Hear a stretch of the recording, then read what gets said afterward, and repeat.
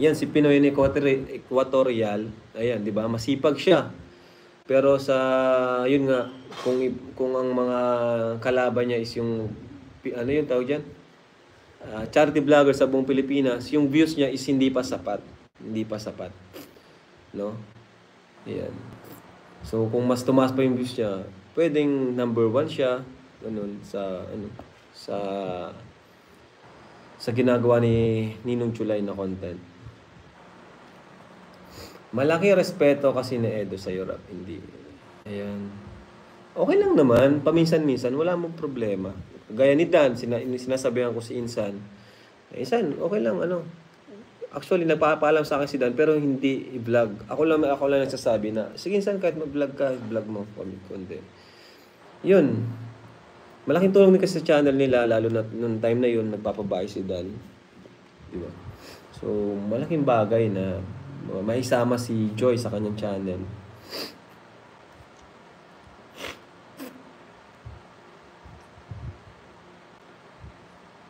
Talagang mangha ako kay Edo, hindi niya sinasama sa vlog si Biancy para dapat tulungan din ng EDC lovers.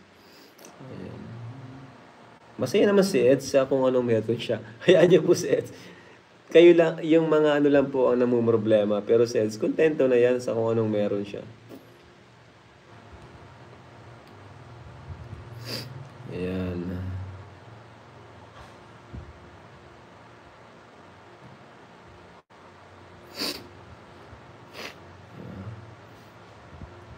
Oo nga, kahit nga po si Roseanne, hindi binablog ni Edo.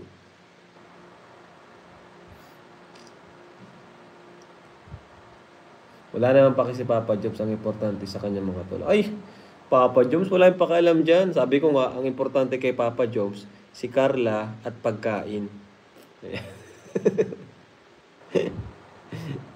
Yan mga problema. Importante kay Papa Jobs. No? Kaya,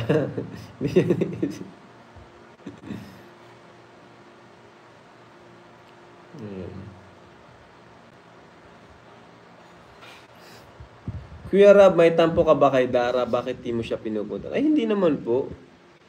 Pinuntahan pangalan po nung nakaraan, di ba? Pinaka-boys on mission ko. Kaya, ano pa naman po, kung kaya naman na po ng team, di ba? Kung kaya naman ng team, hindi sila na lang po yung papapuntahin ko.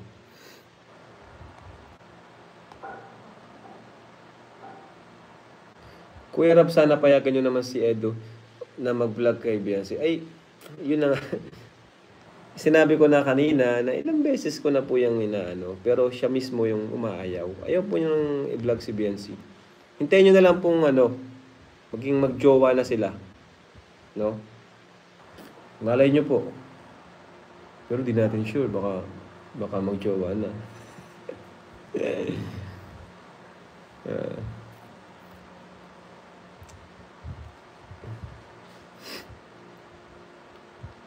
Ayan. Grabe ang tawa ko sa iyo sa sinabi mo kay Papa Joe. Oo nga. Siyempre mga kilala ko yan, mga kalingap. Si Dan, gusto mong importante kay Dan? Importante kay Dan si Joy at Jim. Ayan, yan ang importante kay Dan. Si Joy at saka Jim. Saka kain din. Lab na nga tawagan. Ha? Laban tawagan? Nino? Sinong laban tawagan?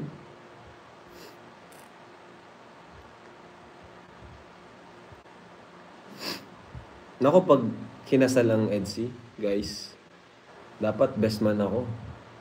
Insan Eds, dapat best man ako, ha?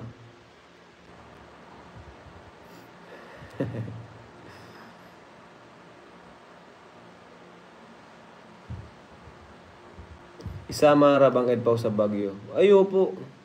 Sama natin. Basta sumama si Pau. Sama natin yan. Si Pau lang naman kasi medyo mahigpit sa Ateneo eh. Higpit ang doon, ang tawag dyan. Attendance. Jom Carlab na tawagan. Grabe naman.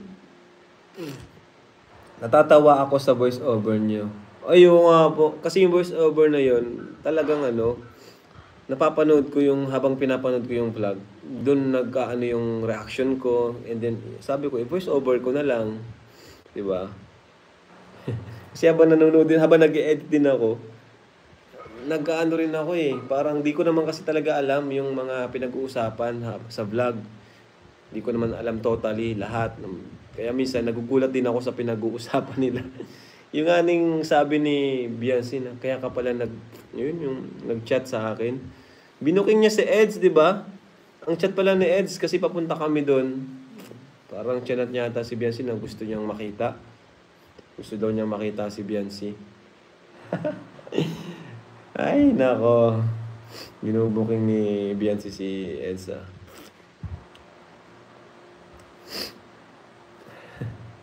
Ed Valseri. Ay, opo, nag-shoot po kami kanina. Abangan niyo po mga kalingap. Ang Ed Valseri, ang When He Met Her.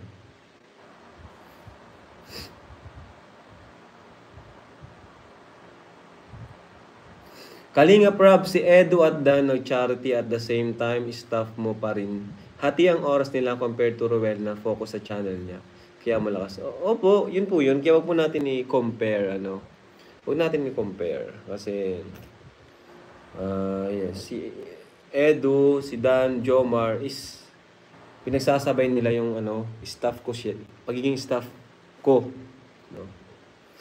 Pagiging staff nila sa akin. Kaya yun.